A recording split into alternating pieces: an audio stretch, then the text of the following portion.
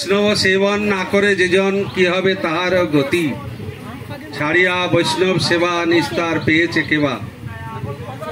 শাস্ত্রে বৈষ্ণবের বহু মহিমা বর্ণিত হয়েছে, কারণ বৈষ্ণবের পদজল প্রেম ভক্তি দিতে বল।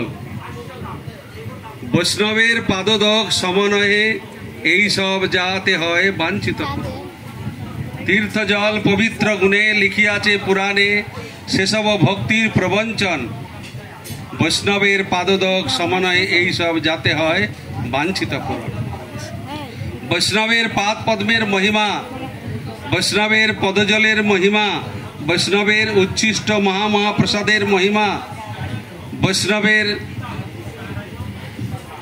পদধূলি তাহে মোর স্নান কেলি, বৈষ্ণবের উচ্ছিষ্ট তাহে মোর মনোনিষ্ট। সুতরাং ভগবান তিনি নিজে ভক্তের মহিমা গুণগান কীর্তন করে আনন্দিত হন এবং ভক্তের সেবা করে তিনি প্রসন্ন হন, এবং ভগবানের আরাধনা করা এবং ভগবানের আরাধনার দ্বারা ভগবানকে প্রসন্ন করা খুব সহজ সাধ্য নয়। এবং ভগবান প্রসন্ন হতে পারেন, আবার নাও হতে পারেন,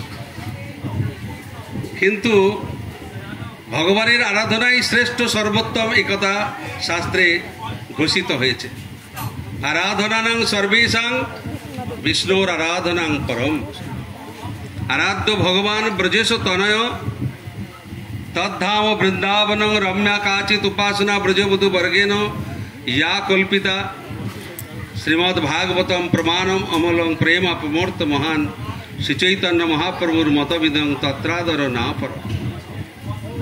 विष्णुर आराधना एवं लीला पुरुषोत्तम भगवान स्वयं भगवान ब्रजेन्द्रनंदन कृष्णेर आराधनाय महाप्रभु जगते আমাদেরকে জানালেন যে সেইটি হচ্ছে পরম আরাধ্য, তিনিই একমাত্র আরাধ্য। কিন্তু শিব ঠাকুর পার্বতীকে বলতে গিয়ে বলছেন আরাধনানাং সর্বেষাং বিষ্ণুর আরাধনাং পরম তস্মাৎ পরতরং দেবী তদীয়ানাং সমর্চনম। কিন্তু তদীয় অর্থাৎ তার নিজ জনগণের আরাধনা, সেইটাই হচ্ছে সর্বোত্তম। গুরু রুষ্ট হলে কৃষ্ণ রাখিবারে নারে, কৃষ্ণ রুষ্ট হলে গুরু রাখিবারে পারে। তাই বৈষ্ণব সেবার মহিমা, বৈষ্ণবের গুণগান, তার বৈষ্ণব চরিত্র সর্বদা পবিত্র। যেই নিন্দে হিংসা করি ভগতে বিনোদ নাসম্বাসে তারে থাকে সদা মৌনধরি। মহাপ্রভু কেবলই বিধান দিয়েছেন বৈষ্ণব সেবন আর নাম সংকীর্তন, দুই কর শীঘ্র পাবে শ্রীকৃষ্ণ চরণ। স্বয়ং ভগবান গৌরহরি বৈষ্ণবগণকে আহ্বান করে, সন্ন্যাসীগণকে আহ্বান করে গৃহে গারস্থ জীবনে সেবা করতেন। ঈশ্বর পরিপাদ ইত্যাদি সমস্ত সন্ন্যাসীগণকে আহ্বান করতেন। এবং তিনি সন্ন্যাস লীলার পরে কুলিন গ্রামবাসী সত্যরাজ খাঁকে উদ্দেশ্য করে বলেছিলেন যে বৈষ্ণব সেবা করো।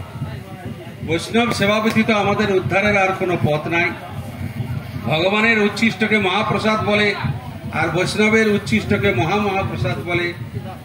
এই জন্যে বৈষ্ণব সেবার দ্বারাই সর্বকার্য সম্পন্ন হয়। ভগবান তস্মিন তুষ্টে জগৎ তুষ্ট প্রণীতে প্রণীতং জগৎ, তিনি সর্বেশ্বরেশ্বর ব্রজেন্দ্র কুমার। তার আরাধনা করলে সকল আরাধনা সম্পন্ন হয়, সকলে প্রসন্ন হন। আর বৈষ্ণবের আরাধনা করলে, গুরু বৈষ্ণবের আরাধনা করলে ভগবান প্রসন্ন হন। এই জন্য বৈষ্ণব এবং গুরু বৈষ্ণবের আরাধনার দ্বারাই ভগবান অধিক প্রসন্ন হন, ভগবান বশীভূত হয়ে যান। তাই বৈষ্ণবের সেবা, এখানে যে আয়োজন বিরহ উৎসব উপলক্ষে সাবিত্রী মাতার এবং বিশেষ করে তার বংশে, তার কুলে একজন সন্ন্যাসী, তিনি রত্ন গর্ভা, তিনি সন্ন্যাসী জগতে প্রকটিত করিয়েছেন এবং তার দ্বারা তার কুল, এই দেশ ধন্যাতি ধন্য হয়েছে। যার কুলে, যার গর্ভে এইরকম সন্তান প্রকটিত হয়, উৎপন্ন হয়, তার গর্ব সার্থক। সুতরাং তার উদ্ধার আপনা হতেই হয়েছে। তার নিজের ভজন, নিজের সাধন এবং তিনি রত্নগর্ভা। জাগতিক বিচারে অন্ত্যেষ্টি ক্রিয়া মানে প্রেত শ্রাদ্ধ। আগে ভূত বানাও, তারপরে ভূতের শ্রাদ্ধ করে আবার মানুষ বানাও, আবার মানুষ বানিয়ে আবার কোথায় যাবে কেউ জানে না। সুতরাং ওই শ্রাদ্ধ তামসিক, ওই শ্রাদ্ধের দ্বারা কখনো জীবের পরম কল্যাণ হতে পারে না। যদি ভগবানের আরাধনা, বৈষ্ণবগণকে আহ্বান করে বৈষ্ণব হবন ইত্যাদি এবং বিশেষ করে বৈষ্ণব সেবার দ্বারা ভগবান অধিক প্রসন্ন হন। তাই ভগবান প্রসন্ন হলে আর জগতে কেউ অপ্রসন্ন থাকেন না। এই জন্যে সেই উপলক্ষে এখানে বিরহ মহোৎসব এবং সেই বিরহ মহোৎসবে সম্মিলিত সাধু বৈষ্ণবগণ উপস্থিত হয়েছেন।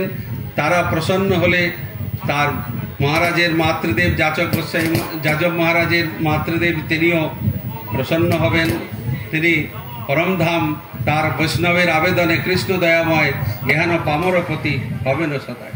বৈষ্ণবগণ পরম দয়ালু, তারা কৃপা করলে ভগবানের পাদ পদ্ম সেবা লাভ অনায়াসে। কৃষ্ণ সে তোমার কৃষ্ণ দিতে পারো, তোমারও শকতি আছে। তাই এই বলে আমার বক্তব্য শেষ করছি।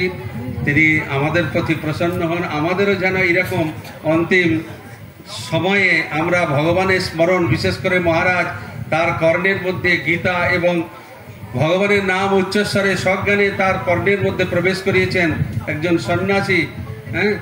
এবং শেষ সময় পর্যন্ত তিনি সজ্ঞানে ভগবানের গুরুদেবের স্মরণ করতে করতে তার এই অন্তিম যাত্রা সমাপ্ত করেন। এইরকম ভাগ্যবতী, এইরকম লক্ষ লক্ষ জন্মেও লাভ হয় না, কিন্তু তিনি এই সমস্ত লাভ করে তিনি ধন্যাতিধন্য হয়েছে। আমাদেরও সেই রকম সকলেরই ইচ্ছা যে ইতনা তো করনা স্বামী জব প্রাণ তন সে নিকলে, উস वक्त जल्दी आना नहीं श्याम भूल जाना, राधे को साथ लाना जब प्राण तन से निकले।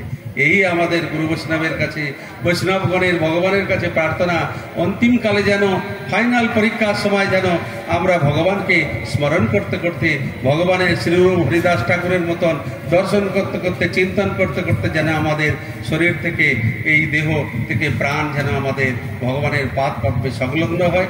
এই বলে আমরা প্রার্থনা করছি বৈষ্ণবগণের নিকট।